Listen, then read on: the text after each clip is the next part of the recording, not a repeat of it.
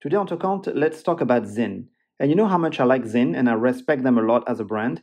But to be honest, this year I'm not really wowed by their 2022 releases. So Sinn has been releasing new models starting earlier this year and also during the Time to Watches events concurrently to Watches and Wonders. And to be honest, I think it's a lot of rehashing this year, a lot of re-releasing of old ideas without any significant changes or improvement.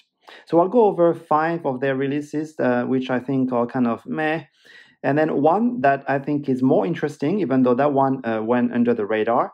And then we'll talk about innovation. So where's the innovation and what do I want Sinn to do this year? Hi everyone and welcome. I'm Ben. So I'm just going to go over the releases quickly and give you my opinions. So I'm not going to go into specifications and reviews and pricing and all that.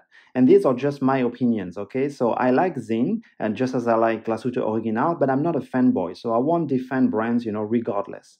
So the first one is EasyM 13.1, which is basically the same as the EasyM 13 without the Arabic hour markers. So the EasyM 13 basically was the chronograph diver that was in the catalog for a long time, and a lot of Sinn collectors had mentioned that the dial looked a little bit too busy with the Arabic hour markers, and they were asking for a version without them.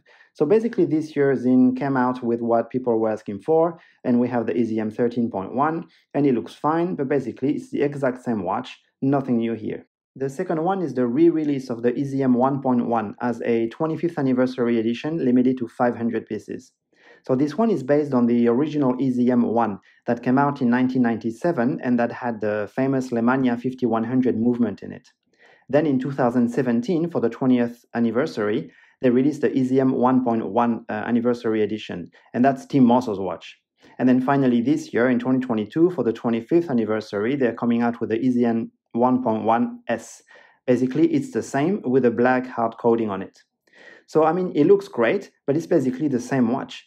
It seems to be their flagship release this year, and it's already sold out according to Sinn. So I know that for Sinn collectors, this is a very interesting piece, and it actually contains most of their technology. So the watch is great. I'm not complaining about the watch, but it's basically they're taking, same old. They're taking the same watch and re-releasing it with a black coating and calling it a day. I mean, it took 5 minutes to come up with that. The third one, very quickly, is the 103 chronograph in titanium.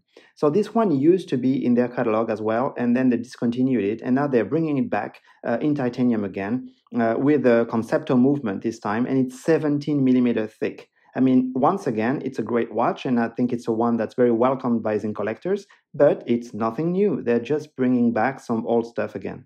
Then we have the limited edition releases of the colorful dial 556i. So they come in 4 different colors. We have a green dial, of course we have a light blue dial, an orange and a yellow dial, each limited to 400 pieces. So I have nothing against them, they actually look quite good, the texture of the dial is interesting, and it's a no date, so that's always a plus for me. But in a way I was a bit surprised and disappointed that Sinn is jumping on board this trend after what Rolex did with the OP, and it seems like every other brand is doing it now, Breitling with the Navi timers and others. And I read that Sinn claims that the blue dial is already sold out. I mean, come on. Then we have the release of the Diver U50S BS, and I hope there's no pun intended in that name. So basically that's a blue dial version of their very popular U50, once again limited to 500 pieces. So according to Sinn's website, they claim it's already sold out at direct sales, but you can still find that 80s. I found 3 in Hong Kong on the Carousel app. So that was a very expected release and a welcome by Sinn collectors, but basically it's the same U50 just with a change of dial color. To me, I feel like this is a missed opportunity because it's still missing something very important. And finally, we have the release of one that's not been talked about very much, and that's the 1739 AGB. And that's a dress watch made of argentium silver which will not oxidize. But Sinn is known for their tool watches, and so that's why I think this one, just went under the radar and no one's talking about it. But this one is actually quite interesting. So it's 39 millimeter diameter by 9.1 millimeter thin, so it's quite thin for Sinn. and it's made of argentium silver. And what is argentium silver? So it's actually a trademark. It's owned by a UK company, and it's made from either 93.5% or 96% silver, and then they remove the copper, and instead of copper they put some kind of alloy that's called germanium. And I thought that's funny, as a German brand, Sinn is using argentium silver containing germanium. And this is actually going to be brighter than sterling silver and even brighter than platinum. And it will also be stronger, more scratch resistant, and it will not oxidize. So I think this one is actually going to look pretty good, I think, as a dress watch. But I understand that, dress watches is probably not your first choice when you're considering Sinn. So in conclusion, when I'm looking at Sinn's 2022 releases this year, I'm not seeing a whole lot of innovation in there. I think the last time we saw true Sinn technology innovation was probably in the early 2000s. And now I understand that it probably takes years and years to develop a new technology, so I'm not expecting something new every year. But could we at least get, I don't know, a new clasp? And that's what I was talking about, the missed opportunity with the U50 SBS. Sinn is known for listening to collectors and listening to their customers. Then everyone, I think, on every YouTube channel or every video or every article has been complaining about this clasp. Could we at least come up with a new clasp? I'm expecting in 2022 that they would do that. Last year, I think, or the year prior, they came up with a new, smaller clasp for the silicone strap. So I was expecting that a new clasp for the bracelet would be following. And yet, this year, we still don't have it. So is there more to come in 2022?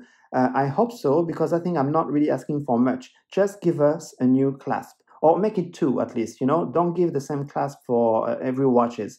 Give a clasp with a diver extension for dive watches, and give us a new clasp without the dive extension for the other watches. I think that's not too difficult and that's not too much to ask, is it? So don't worry, I still like Sinn, but sometimes it's very frustrating. I feel like they are moving at a glacier pace. I feel like they're moving slower than Rolex sometimes. So if they could at least give us a new clasp, I think I'll be the first one to order a U50. What did you think about Sinn releases this year so far? Let me know what you think in the comments. As usual, subscribe for more. Thanks for watching, and I'll see you in the next one.